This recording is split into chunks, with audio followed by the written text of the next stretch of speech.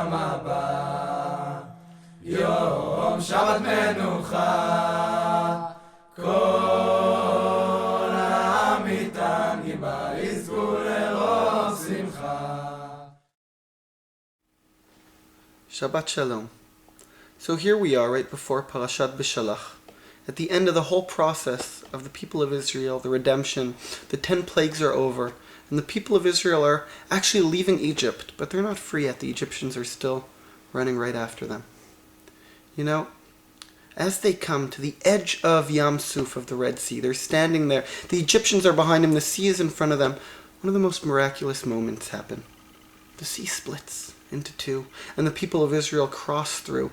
In a way, that is the end of the process of redemption, and it's a very powerful moment. There's a lot of midrashim, a lot of stories, a lot of understandings about what actually happened there.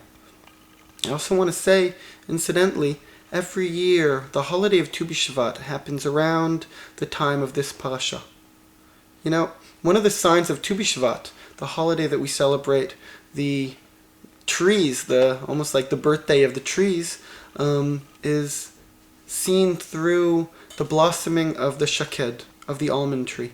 The shaked is the first one who blossoms. In the middle of the winter, we still might have rain coming, but yet, around this time of year, every year, suddenly the almond tree, he blossoms.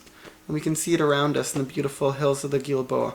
You know, sometimes I like looking at Nachshon ben Aminadav, who was the first out of the tribe of Israel. They all stood there right in front of the sea. Nobody wanted to jump in. Everybody was a bit scared. The Egyptians were about to come, and Nachshon came and he jumped in.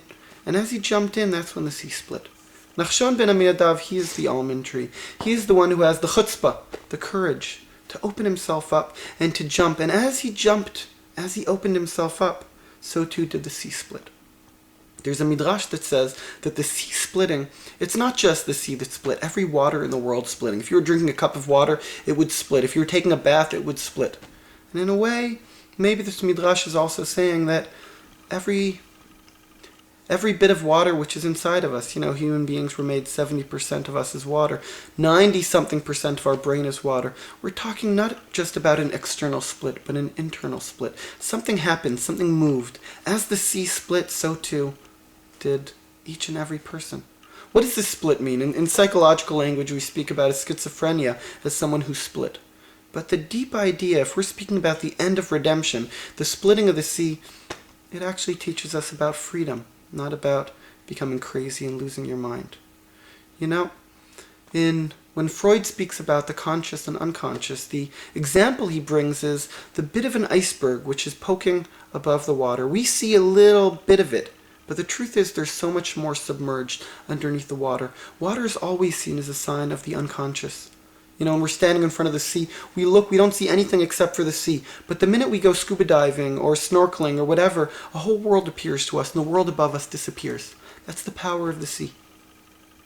What is the splitting of the sea? If we're speaking about an archetypal moment, the moment of the splitting of the sea is when suddenly for 1 minute, for 1 second, for one time in our life, our conscious and our unconscious touch.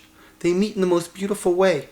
I'm walking through. I am free, because very often in life, I don't know, am I moved by my unconscious motives, by my conscious motives? They don't always meet. We go into therapy for years to find out what our unconscious is doing. But there's moments that it's really clear to me what's happening inside, what's happening outside, what's happening below, what's happening above. That's the moment of the splitting of the sea. That's redemption. That's freedom. And in essence, when we're speaking about the splitting of the sea, we can look that this is an archetype and a symbol that takes us through many spheres of life. You know, when a person's born, I would say, the first thing he sees is, from one world that he's coming to, he sees both legs of his mother, and a whole world is opening up between him.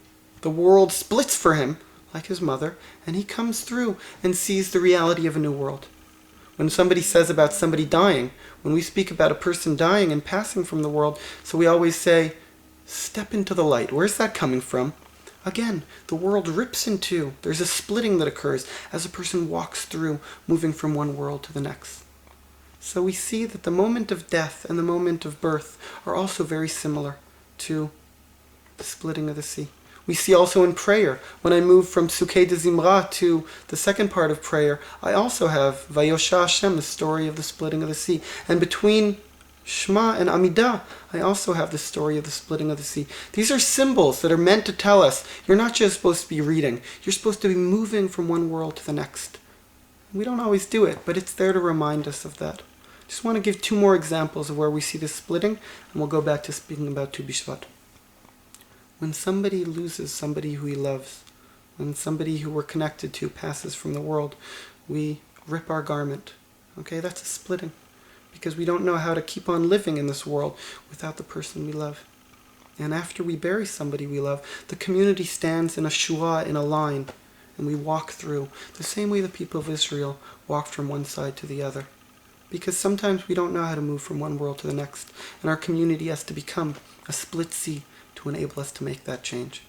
If I can just say one more thing about Tu B'Shvat, trees are the example of what it means to live in this world and in the sky. Our roots go all the way down, and our branches go up to heaven.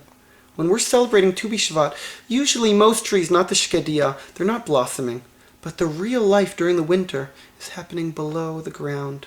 That's where the growth is happening. We are celebrating not the reality we see with our eyes, but the reality that we know is happening underneath the ground, in our unconscious. Those processes that are stirring, that are happening, that are bringing growth, that in a couple of months when we come to Pesach will blossom and grow and allow us to be the free, beautiful beings we are. Shabbat Shalom and Chag Sameach. מחבלי משיח יוצאנו לרווחה